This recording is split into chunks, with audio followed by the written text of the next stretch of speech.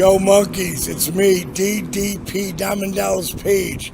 And you, monkey, you're listening to the Potsy and Tino show.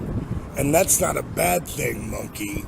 That's a good thing. Bang!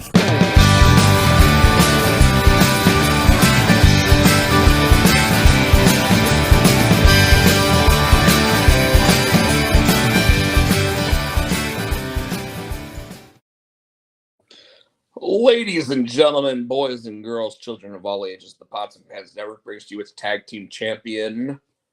Unfortunately, not both of us, but the tag team champion of the world. That's right, I'm R-Truth. No, Rob Potsy Pochak. Tino, unfortunately, will not be able to make it tonight. And I'll get into that in just a moment. Our theme song, as always, is brought to you by Adam's House Cats, called The Wrestling Song. It's available on iTunes for 99 cents. And other than that, yeah, the show must go on. I try to do this for you guys every week, regardless of if we're gonna miss a person, or regardless of if I'm out of town, if I'm doing something else, if I'm somewhere I try to be here every week for you, and that's the plan. Even tonight. It says it's Potsy and Tino. Obviously, it's just Potsy here. I'll go ahead and give an update. Tino's mom was in a car accident uh, over the weekend, and she's stable, so things are okay. But as such, I didn't expect Tino to be able to make it tonight. I was in contact with him earlier and just making sure that she's as good as can be. But it was something where, yeah, don't really want to go too much into the details. Just want to let everybody know that she is stable. Um, they're doing everything they can to make sure that she's as comfortable as possible so that she can get better. And hopefully, this means that Tino will have no issues being on the show next week. With that, I want to go ahead and jump right into the What's Up With You segment. Our friend Jason Ingram and us are going to be at the Deadlock Pro Wrestling show on Sunday at the Durham Convention Center. It's pretty cool because there are going to be quite a few big names at that show. The Motor City Machine Guns, Chris Sabin and Alex Shelley are both going to be there, as well as it is the Deadlock Pro Wrestling debut of one Roderick. Sorry, Roderick Strong. So we're excited about being able to go to that show. Michael, thank you so much. I'm sure Tino will see the comments on this and everything, and will be happy to hear that people out there. Yeah, it's. I'll say this about Mama Gray just for you guys.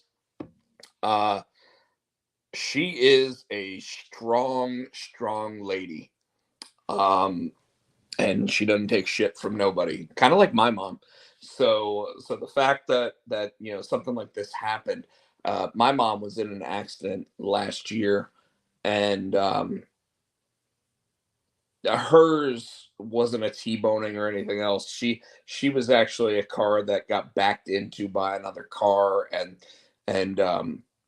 she was fine physically, everything else. But we were all, when we heard that there was an accident, well, we all flipped out, like what, is mom okay? Is she what's going on? All that kind of stuff. And my mom was like, I'm just pissed off that my car is fucked up. And we're all like, Mom, you never use the F word. And Mom threw out an F bomb at that.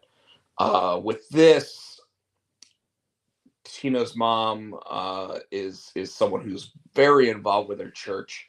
She was coming back like a not a convention necessarily, but something that had to deal with that, and finding out like what her placement and everything was going to be for church. And I told Tino I wouldn't get too involved with it, but unfortunately, like it was something where she's stable, but I think she may still be in the hospital, and that's why Tino's not here. Uh, I feel like Mama Gray and Mama Potchak would be. Uh, what's funny is both of our moms um, love us, so love the other child. So it is pretty interesting, Chris Barrett. We I've met Mama Gray on multiple occasions. He's met Mama Pachak on multiple occasions, and in each of them, like they've never had a really bad experience with either of us. Now, Mama Gray has probably seen me more inebriated than Mama Gray has seen, or than Tino and Mama Pachak have seen each other, but it's still interesting because like we're kids of the 80s, so because of that, like it's one of those things where like it just seems to be like we grew up in the same kind of environments, and as such we just seem to have like the same kind of like rapport when it comes to meeting the other person's parents, and how we interact, and how much, like I wouldn't be surprised if his mom sits there and asks how I am, and my mom obviously asks how he is from time to time. So it's pretty interesting there. um Want to go ahead and, like this probably isn't going to be a long episode of the show, just because I don't think I'm gonna carry the conversation too long. I'm trying to keep an eye on the Carolina Hurricanes versus the New York Rangers game as well, because obviously the second round of the playoffs, Carolina's on the verge of elimination, so they've got to win this game. They're down 1-0 as of right now with 5:30 to go in the second period. Um,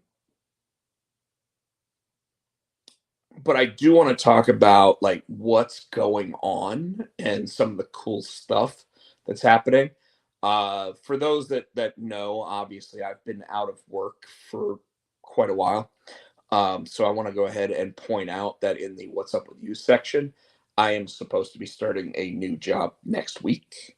Um, I don't want to get too super excited about it until it physically happens, but sent my application and stuff that they required for me to be onboarded in today. So I'm pretty excited about that.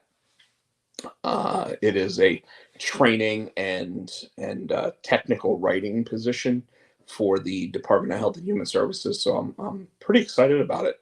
Something that I think could be a long term thing, even though it's going to start as a temporary job. Uh, but next week, I guess, we're at May 13th right now, so obviously May 20th starts next Monday. May 24th, 25th, 26th, I will be at um, Chris Barrett. I appreciate that. And thank you, Michael. I I've been offered the job, so I'm just more worried about anything that could possibly slow it down or cause it not to happen. But I anticipate everything going aces and being able to jump right in. Uh, the Hartford Whalers, yes, Chris Barrett. I The Carolina Hurricanes, obviously since 2000, um, 1998. Actually, I believe they've actually been called the Carolina Hurricanes since then. But but it's been a pretty heavy series. Anyway, want to let everybody know about that, know about the day job stuff, because I am pretty excited about it. I am excited to get back into a full on working environment. The interesting thing about it is supposed to be a remote position. So after I get settled in what I'm supposed to be doing, I'm then supposed to be at home actually working on projects.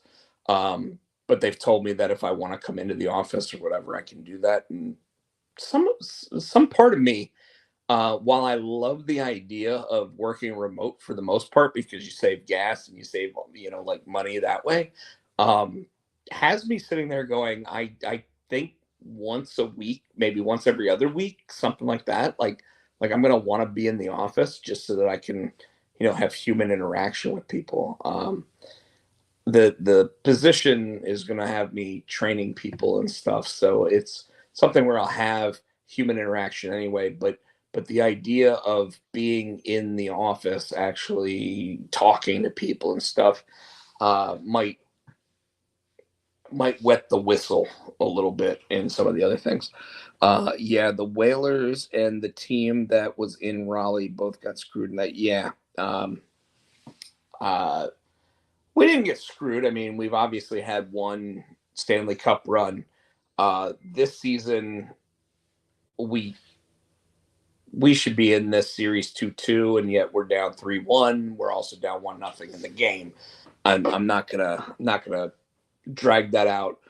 Uh, I do want to let everybody know that Zor number 3 was on FOC today, which means final order cutoff, which means you have to have your order in for issue number 3 today if you want to get a copy of it.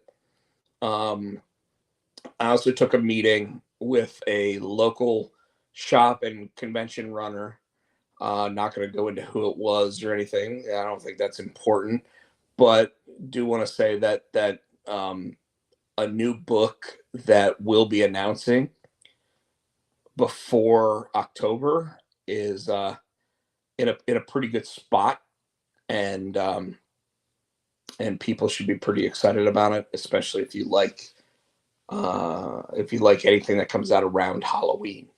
Um, so we're really excited about that book. I'm amazed we were able to make the stuff happen as fast as we did. I probably talked a little bit about it in previous episodes anyway.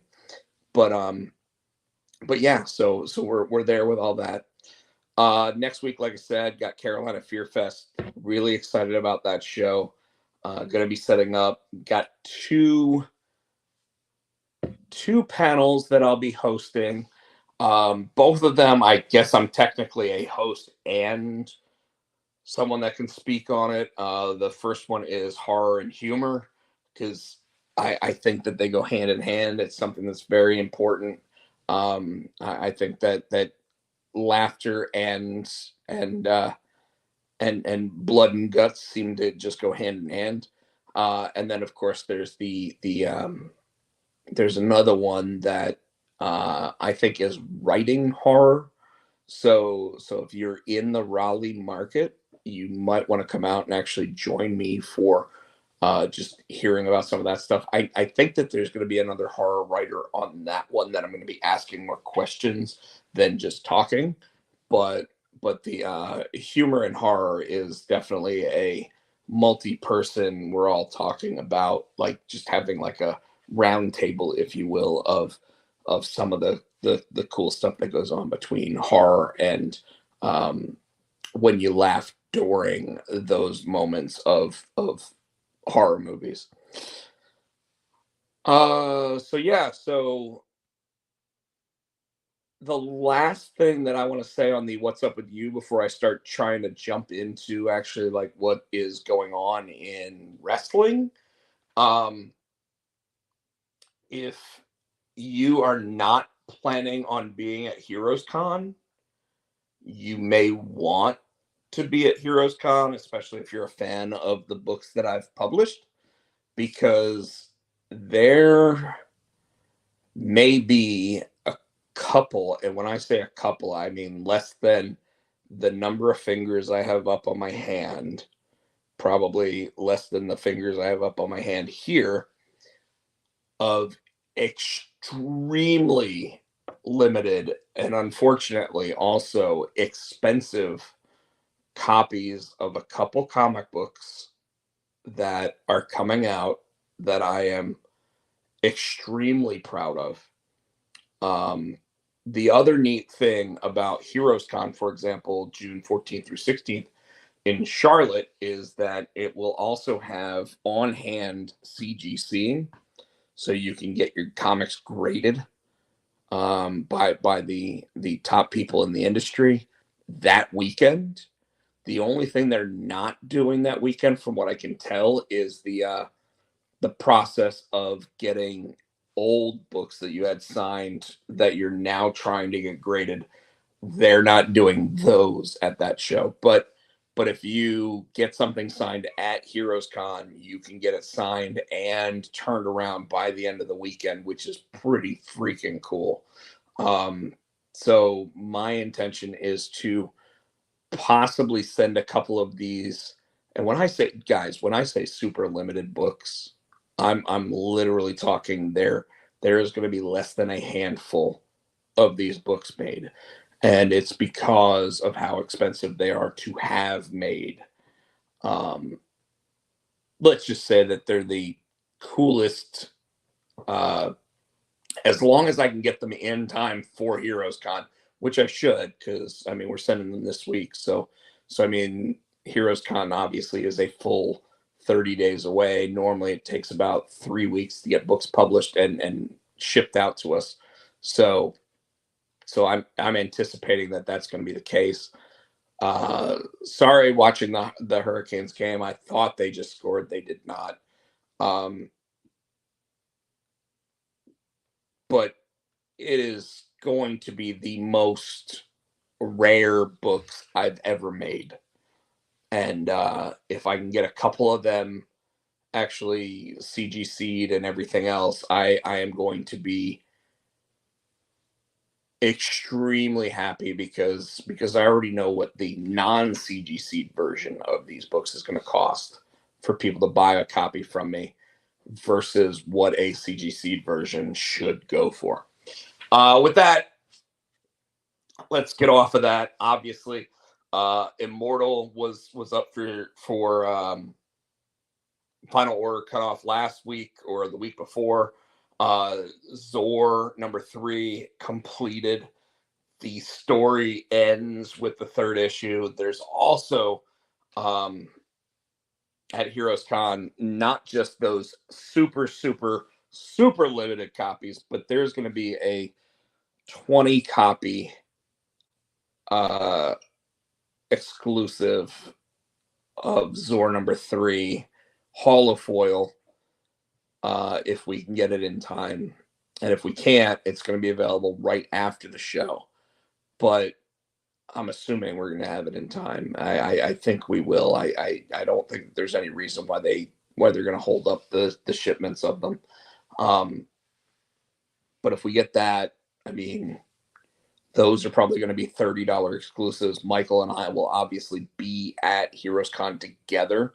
It'll only be the second time we've been at the same show together. So pretty excited, pretty special there too. All right, we've gone about 20 minutes me talking about that stuff. WWE had a pretty good week, if you ask me. So I'm going to go ahead and change it up to this. The King of the Ring and Queen of the Ring tournaments are in full effect. I actually pulled up the results of the two shows so I can sit here and try to give everybody an update of what happened last week specifically. So in a King of the Ring first round match, Jey Uso defeated Finn Balor. I think this is important because Jey Uso has been on fire with the crowd but not necessarily in the results of his matches. So I think that this is something that, and you guys, please, in the comment section, don't hesitate. Like, um, he obviously won his match at WrestleMania. A lot of people feel that that match was not the quality of match that we were expecting from from the Yeet Machine.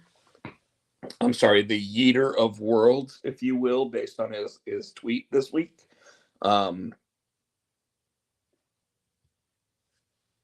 Sorry, I just received a message about one of the books that I'm working on.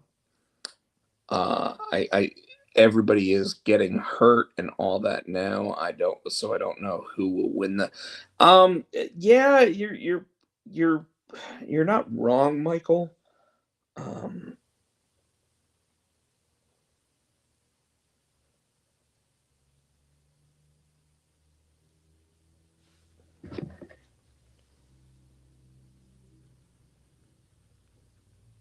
you're not wrong. It's unfortunately it's just the level of competitiveness and everything else has these people really putting their bodies on the line, causing different injuries. The fact that we had two of the main competitors drop out before the tournaments even started, Bobby Lashley and someone on Raw as well, Drew McIntyre on Raw, um, is disappointing, but at least they were able to give full on replacements and replacement competitors to take their places. The idea that Angelo Dawkins took Bobby Lashley's place, apparently it's because they already knew that Tama Tonga was going to move on, so they didn't want to hurt the possibility of if they decide to do a Montez Ford run later. Um, so I was pretty surprised by that, but um, like I said, do want to talk a little bit about what had gone on. Finn Balor, like I said, lost to Jey Uso, even though Finn Balor thought he was gonna get a free ride. Um, the WWE website is not very good at actually explaining all this stuff.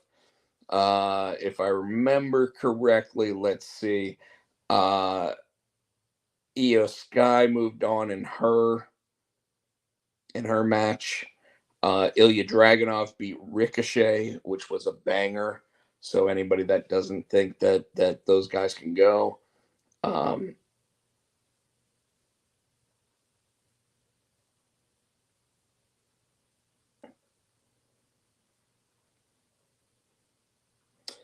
sorry again. Uh, Literally sending text messages right now about the comic book I never thought was going to get made. um, and I can't wait to show you guys because I've now started seeing colored pages and everything from it, and I am blown away. Um, when you think that you're not gonna have something made and physically drawn, whatever, and then all of a sudden you start seeing artwork coming in from the artist, and he's got questions about like, let me just clarify this, let me clarify this, let me do this, like it just really gets into like the best part of what you're doing and just makes you just excited about everything that's going on. I think Zoe Stark actually moved on against Ivy Nile, if I'm looking at this correctly. There was a fight between Sami Zayn and Chad Gable. Lyra Valkyria stood up against Becky Lynch. And Gunther in the main event ended up beating Sheamus, which was a banger after banger, or for those that think that he's hungry, a burger after burger. So WWE put on some pretty good matches. I think one of the things that you're seeing now with the Triple H regime is you're seeing longer matches in a lot of cases. Obviously, when The Rock was around on SmackDown, for example, you'd see shorter matches because The Rock was going 20 minutes into his promos, but you're starting to see a lot more of these 20-minute matches really going maybe 2 commercial breaks in the process to really show the importance of how these matches are and how good the talent that's involved in them is. I don't think that that's something that should be negatively, not even negatively, but just not brought up. I think it's important to talk about, like AEW. When you look at an AEW pay per view, really sits there and drives home how good their talent is by having really, really drawn out, really exceptional matches. And I think that it's important to say, and see that when you look at the WWE now, you're starting to see, especially on a 3-hour Monday Night Raw, you're starting to see more of the same thing, and you're starting to see it on a weekly basis. You're starting to see a 25-minute banger main event match instead of an 8-minute match that ends in disqualification or ends in a some sort of botch or a schmoz, if you will. So it's interesting to see what's been going on, and it's interesting to see how they've been handling that. And I think the WWE has been doing a pretty good job with it. There's typically there's a one-off show here and there where it's just not up to the quality. I think that the draft episodes of Raw and SmackDown kind of were like that, but I think that they've leveled that back out, gotten back into the swing of things. It does feel to me though, pardon me, it does feel to me though, and you guys can chime in on this, whether or not you think that the WWE is setting more SmackDown people up to be the winners of these King and Queen of the Ring tournaments. Um, I want to point out that if you look at the last PLE Backlash was very SmackDown heavy. And I'm kind of thinking right now that this King and Queen of the Ring may also be very SmackDown heavy. Now, I'm not saying that it's going to be completely SmackDown, but with a 3-hour Monday Night Raw every week, you kind of have the opportunity to sit there and have more bigger matches on a more regular basis than you necessarily do with a 2-hour SmackDown. And I think that with the move to USA for SmackDown coming up in September, and by the way, WWE just announced and TKO just announced that Raw will finish out the year on the Universal Networks of USA as well, before making the move to Netflix. It's interesting because it almost feels like they're trying to give more of the bigger stuff to ramp up what we're seeing on that programming before they ever make the move over to Netflix. Chris Barrett just said, I think they're going to start focusing on SmackDown because it's staying on network cable TV, not going to. I don't know. I think with the amount of money involved, which could be up to 10 billion with a B, $10 billion if they actually stay on Netflix after the 5 years are up. They're gonna do everything they can to draw eyes to that streaming service and get people to sign up for it. I'm really interested to see what they plan on doing with the PLEs and everything come the end of the Peacock agreement with WWE and TKO.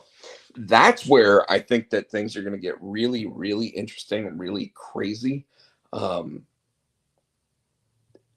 don't necessarily think that they're going to move away from those networks, but I mean, with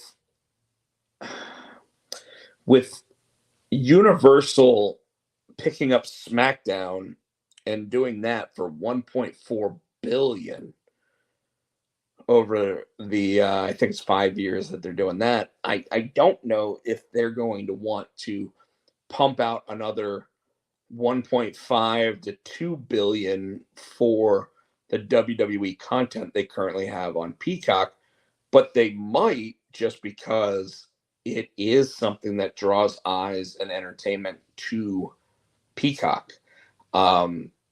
Otherwise, seeing that go to Netflix, at least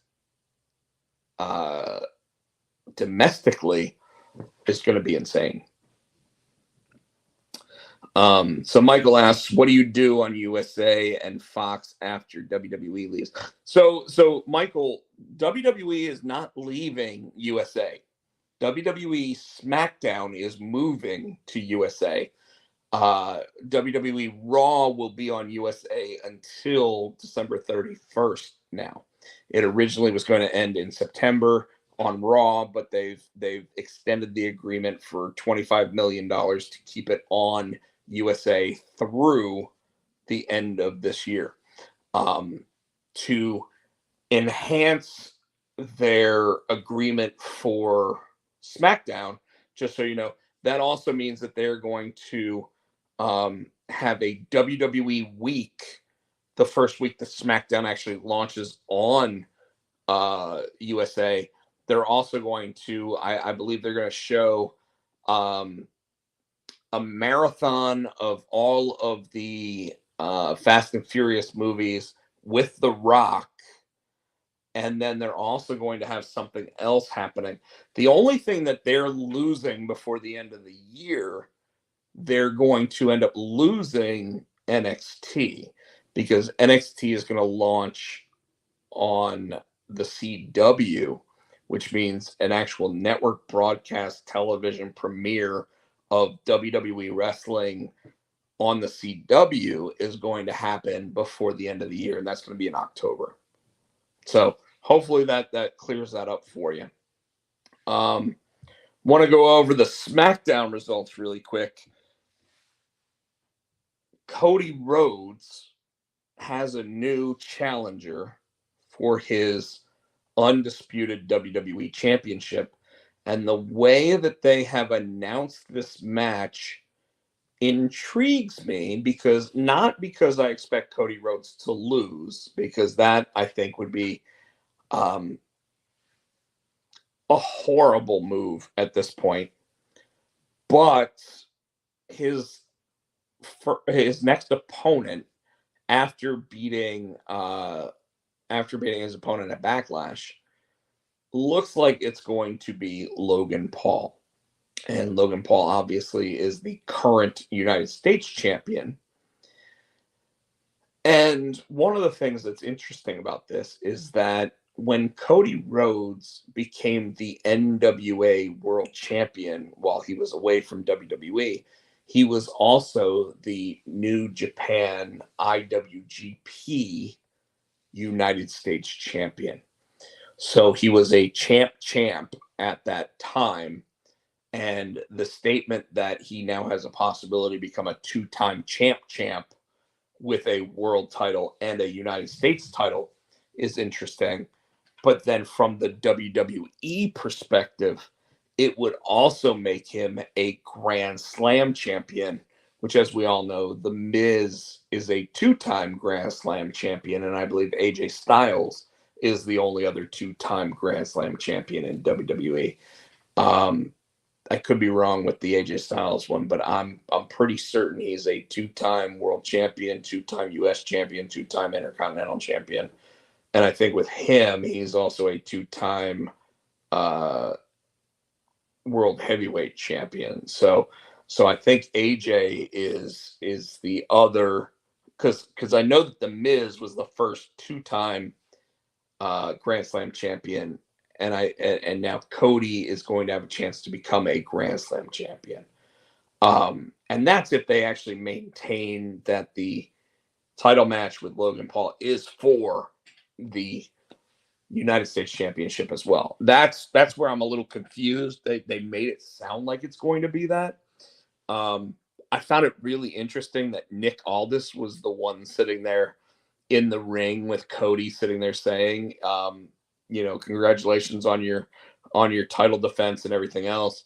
And when he started saying your next challenger, I was waiting for him to say is going to be me, and he didn't, because Nick Aldis is the other uh, NWA World Champion currently on the WWE roster, and Cody Rhodes actually beat him for that NWA title, and then Nick Aldis actually beat him back for that NWA World title. So that's where I thought some of that was.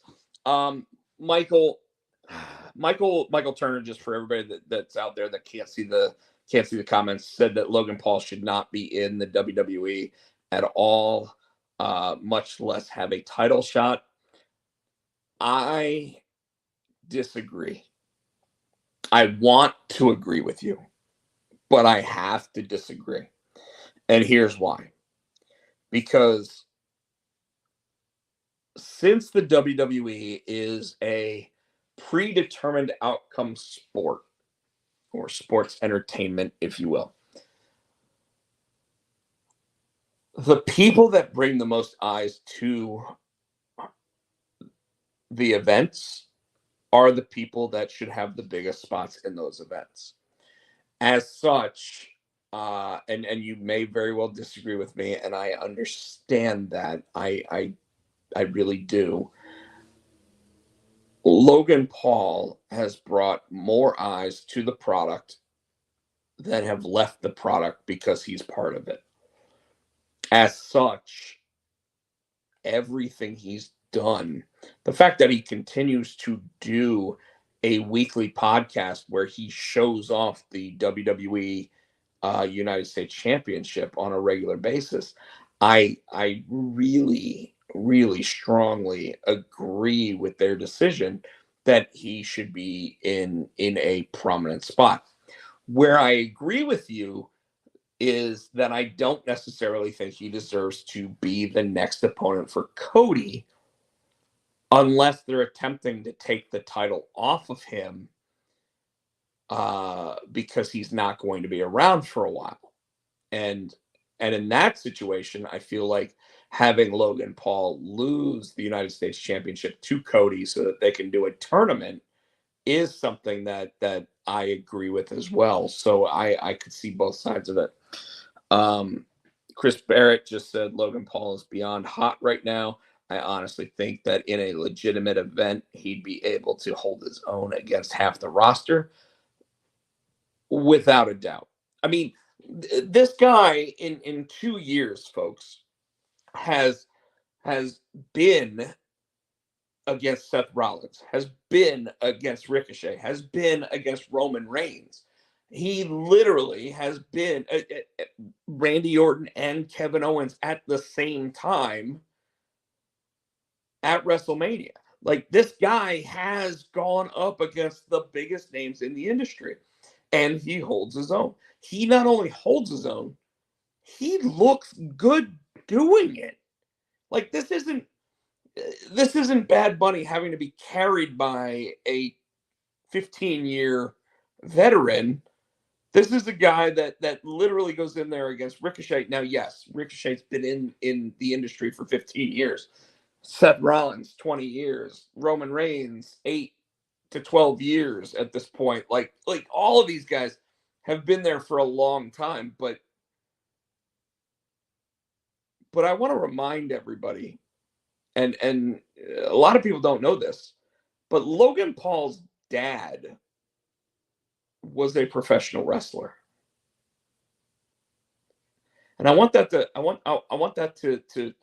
to fester in your head for a minute, because to my point there, him being his dad being a professional wrestler means that he understood the business before he ever got into it, because all of these guys that are second generation wrestlers understand it before they ever get in the ring.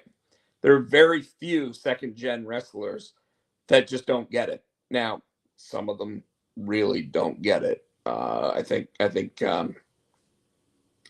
Bill Watts' kid didn't get it, but I'll digress on that. I don't know for the top of it, but I do want to point out that I think that Logan Paul has done nothing but bring more eyes to the WWE program, and the best way I can describe him is he is as polarizing as a Brock Lesnar. And that's not a bad thing for the business. As DDP used to say, that's a good thing. And here's why. Because for everybody that sits there and says this guy does not deserve to be part of the industry, Logan Paul, like Brock Lesnar, respects the industry. There was a spot during his match against Ricochet where they said had he not moved, Ricochet could be paralyzed, and he made the right call to move in the hold and everything that he was doing to ensure the safety of his opponent. Just like Brock Lesnar during that match against The Undertaker at WrestleMania 30 when he ended up beating The Undertaker for the first time.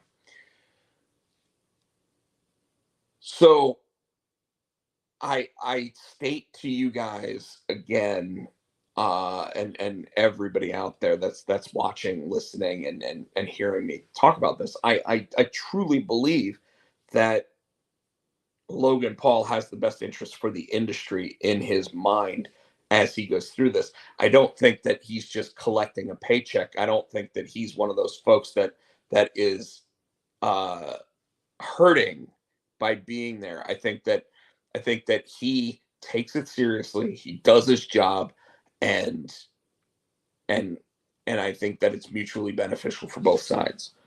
If I had to have a match against anyone on the roster, I would 100% trust Logan Paul in the ring. I trust Logan Paul just as much as I trust Randy Orton or Cody. Chris Barrett said that, and I want to point out that I don't know if I trust him 100%. Carolina Hurricanes goal, by the way, ties the game.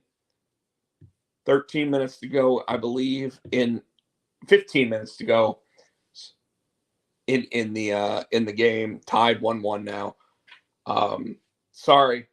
I don't know if I would want him in the ring, but what I will say, based on the names that you just posted there, I do want to sit there and state for the record that one of the names that I would want to work with is Dominic Mysterio. And I might catch a lot of flack for that. Obviously, he's out with a shoulder or elbow injury right now, wearing the sling that he's been in.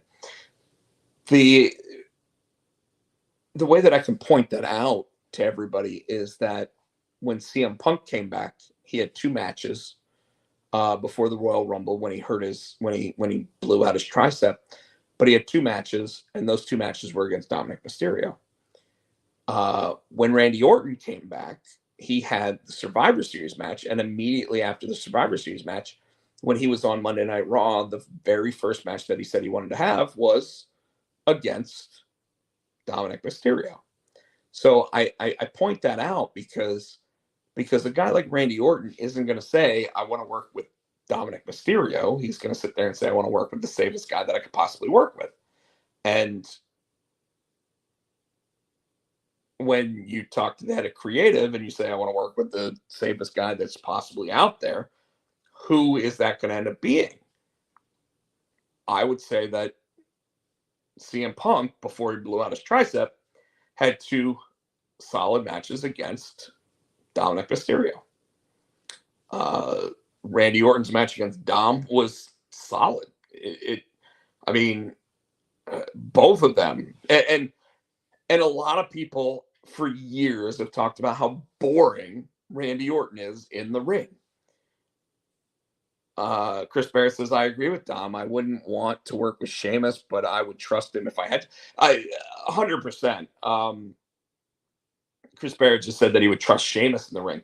I think the difference, I think the difference there is that you're not gonna get the 10 beats of the Balfrey or whatever from Sheamus if you're facing Dominic Mysterio. You're gonna get hit a lot lighter. But at the same time, I still have to point out that like Sheamus would take care of you. AJ Styles would take care of you. I mean, it's the same as like back in the day when you would face Shawn Michaels. You know, like it's apparently like hitting feathers. Was what people used to say all the time. So, but Dom Mysterio seems to be like working with magic, and the kid doesn't have a bad match. I'm blown away because obviously he got his start during the beginning of the pandemic and he was green as goose shit. And you guys can agree, you can disagree with me, whatever. But he's solid now. And sure, he doesn't have the build, he doesn't have the physique that you would anticipate, but he looks like an AEW guy if you ask me. So I'll just say that. Chris Barrett just said my point exactly. I'd want to recreate the JBL Rey Mysterio WrestleMania 24 match with Sheamus, 24 seconds, and call it a day. Yeah, yes, I would. I mean, Gunther versus Sheamus last week wasn't Gunther versus Sheamus last year before Sheamus had neck surgery. But you know, like I'm still not going to go in that because you know he's just going to yell burger as he's hitting me in the chest and trying to give me a heart attack. So we're there with that. Want to point out Nia Jax defeated Naomi in a Queen of the Ring tournament match. And then Jade Cargill actually beat Piper Niven. So that's actually setting up Jade Cargill versus Nia Jax next week. Has a I guess a semifinal match. I'm not exactly sure that how that's. Oh, it's a SmackDown side semifinal match. Carolina Hurricanes goal. Kuznetsov just scored. They're up 2-1 now, and that was probably one of the best goals I've seen them score the entire series. Now there's 13 minutes to go, and they're up 2-1. But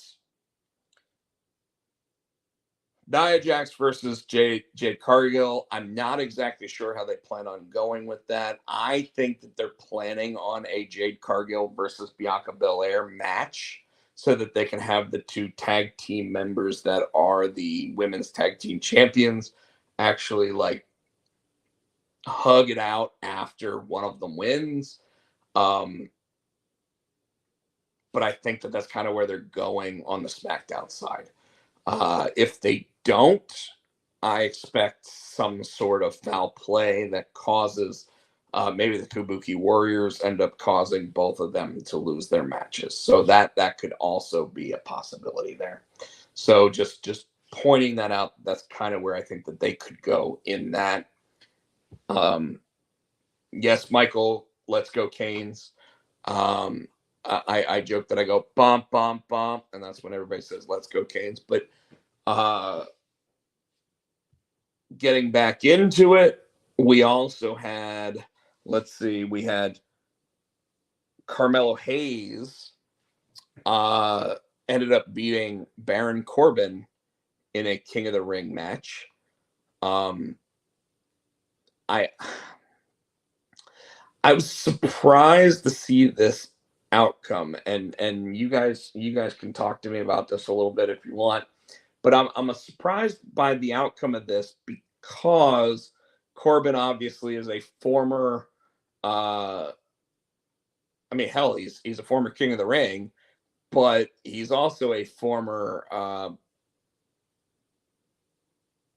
main show guy that went down to NXT, started getting some fanfare behind him, and then he moves back up, and in his first match, he loses to Carmelo Hayes.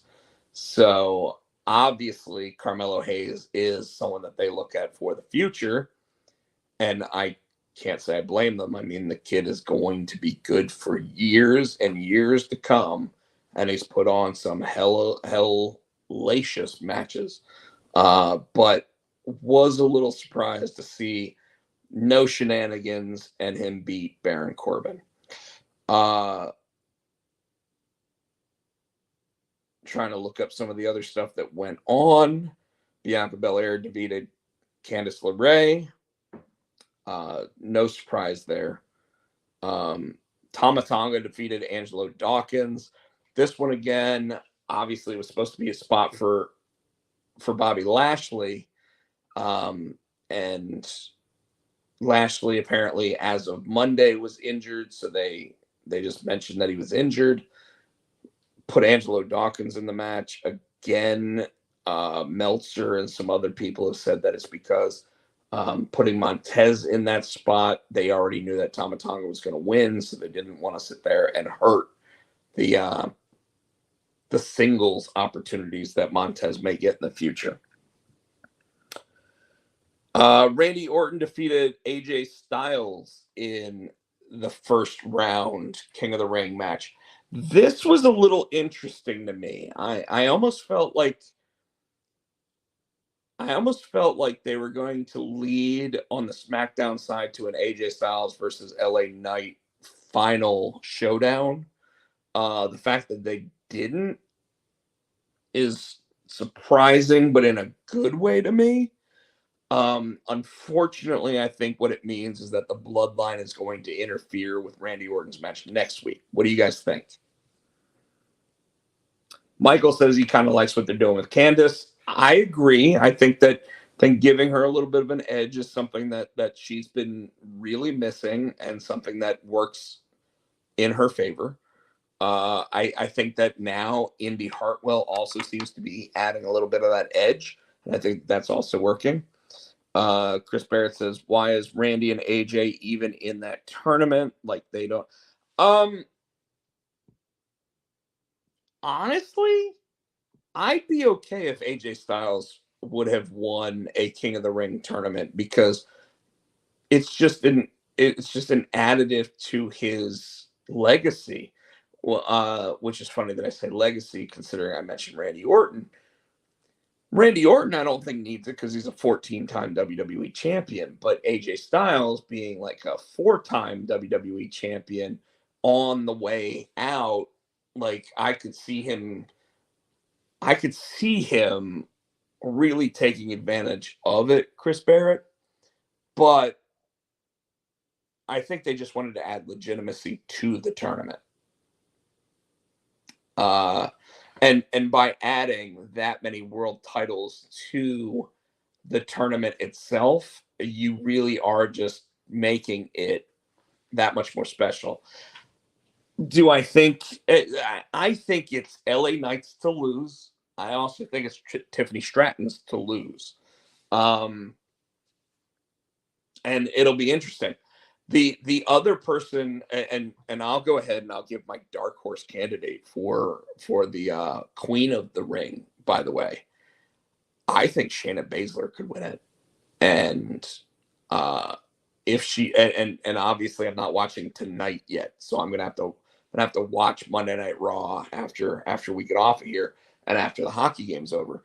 But I could see the Queen of Spades winning the Queen of the Ring, and I think that is a good move for them to finally put her back in the position that she should be in WWE, and make her somebody that starts telling everybody to bow before her and everything else. I literally think that she is set up for it, if they're not going to go with the next generation and give it to, like, Tiffany Stratton.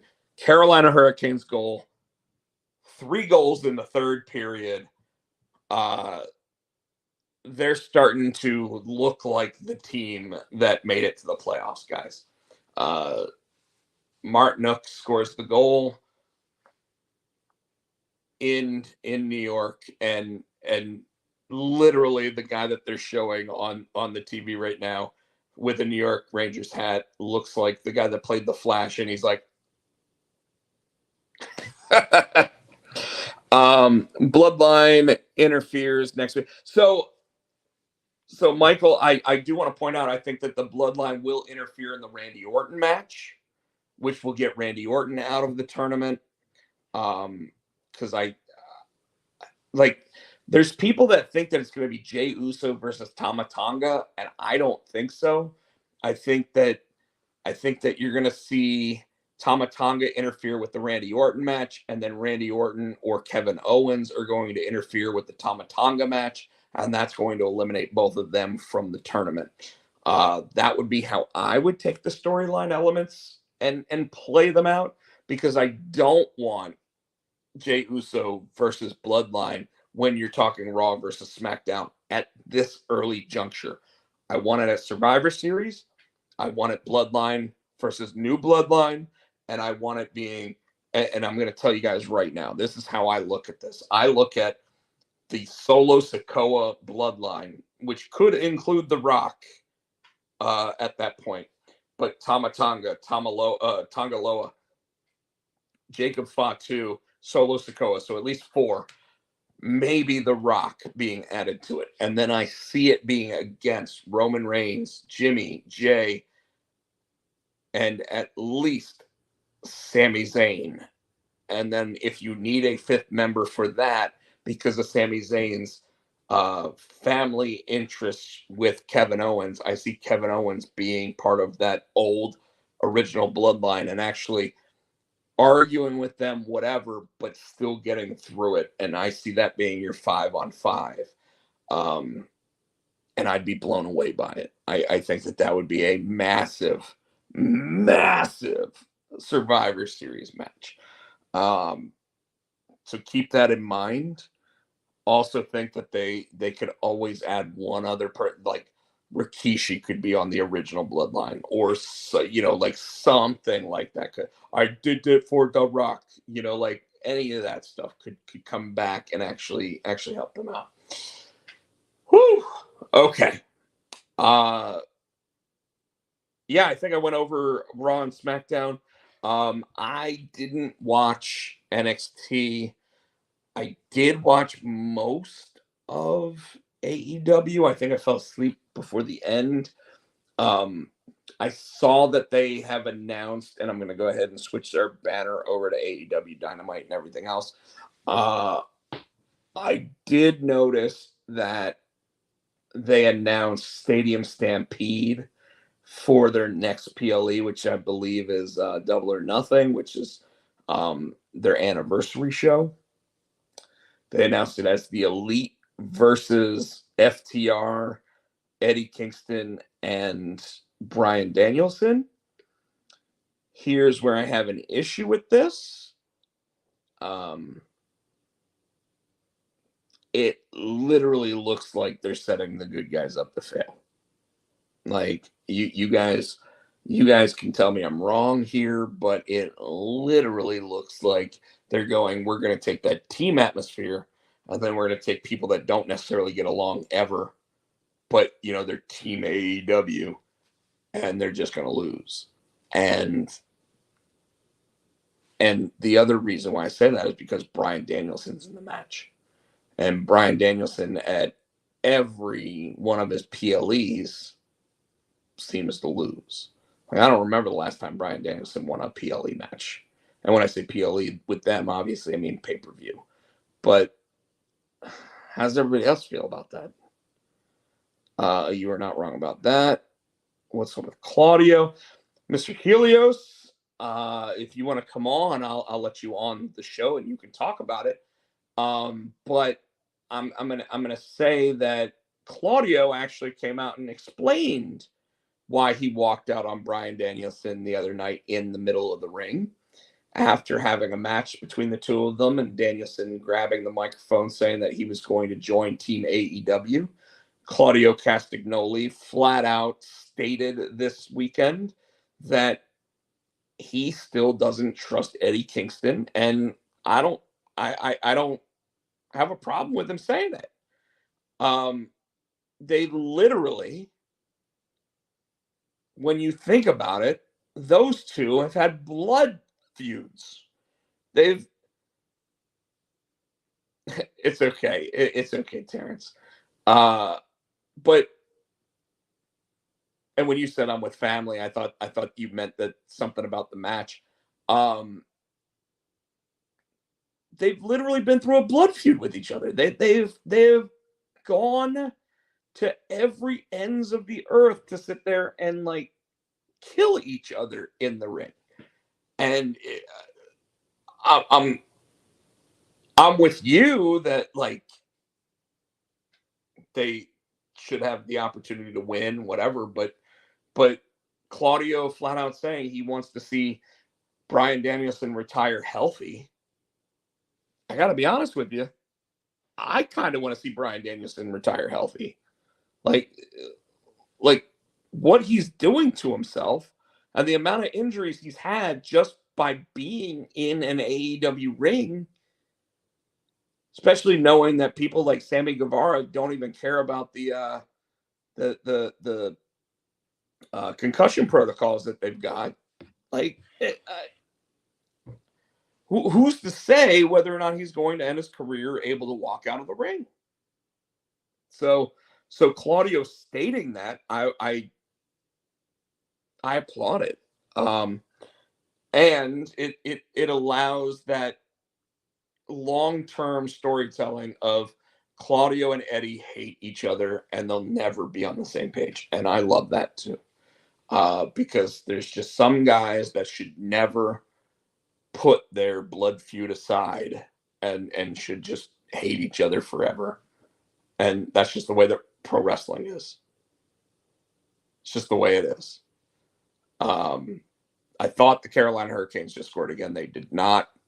Shesterkin actually did stop a goal, but it looked like it got through, but it did not. There's 6 minutes, 47 seconds to go in the game. Otherwise, the other things that I noticed, they got Serena Deeb going up against Toni Storm at Double or Nothing. I think that this is a waste. I think that it's Serena Deeb is an excellent wrestler. Don't get me wrong, but she's got no business being the opponent at a pay-per-view. None. It's basically saying, hey, we got nothing for Toni Storm right now because we got Willow Nightingale versus Mercedes Money. And I don't know if you guys saw it this week, but apparently Eric Bischoff and Conrad Thompson, and I hate listening to Conrad. He just says the same thing over and over again to me, but he flat out stated, which I thought was hilarious. Him and Eric Bischoff basically said that you should never give Mercedes Moné a live mic, and I can't say that they're wrong. Like, write her shit, because she's starting to look like she's not going to earn the money. It's I've gone an hour. Normally Tino and I would have gone 2 hours at this point. I don't really have anything else to go by. I know that Terrence and I are super excited about the season finale of X-Men 97. Getting ready to come out on Wednesday. Could really use everybody's like positive thoughts when it comes to like, that new job coming up. Otherwise, like, I hope everything's been good with you guys. I I hope everything's okay with Tino's mom. Hope everything's okay with Tino and his family. It really sucks when you hear that type of stuff happened on Mother's Day weekend. So, like, it's irony. I posted a video on social media, or at least I forwarded it to a bunch of people, including Terrence, where it and Chris Barrett, you probably saw it too, where I said irony is the word on the barricade as you're throwing the guy out of the ring, because there was a little dude that got tossed out of the ring by a much bigger guy, and it said boing, and nobody caught him, so he just landed right on the mat. And sometimes that's how life feels. So Michael, thank you about that, and of course, get well soon to Tina, Mama Gray. We're not like The Rock. We're not going to sit there and say anything bad about Mama Gray. We're going to say we wish the best for her. We hope the best for her. She's a great lady. She's a very nice lady. Never had a bad conversation with her. So